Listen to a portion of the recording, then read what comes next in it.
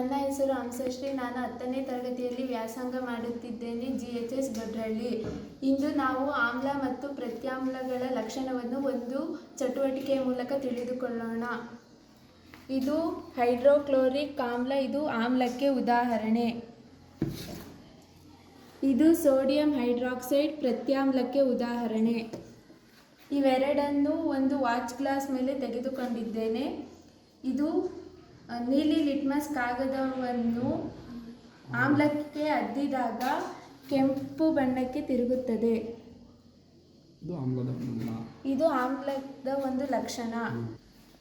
ಈಗ ಪ್ರತ್ಯಾಮ್ಲದ ಒಂದು ಲಕ್ಷಣವನ್ನು ತಿಳಿದುಕೊಳ್ಳೋಣ.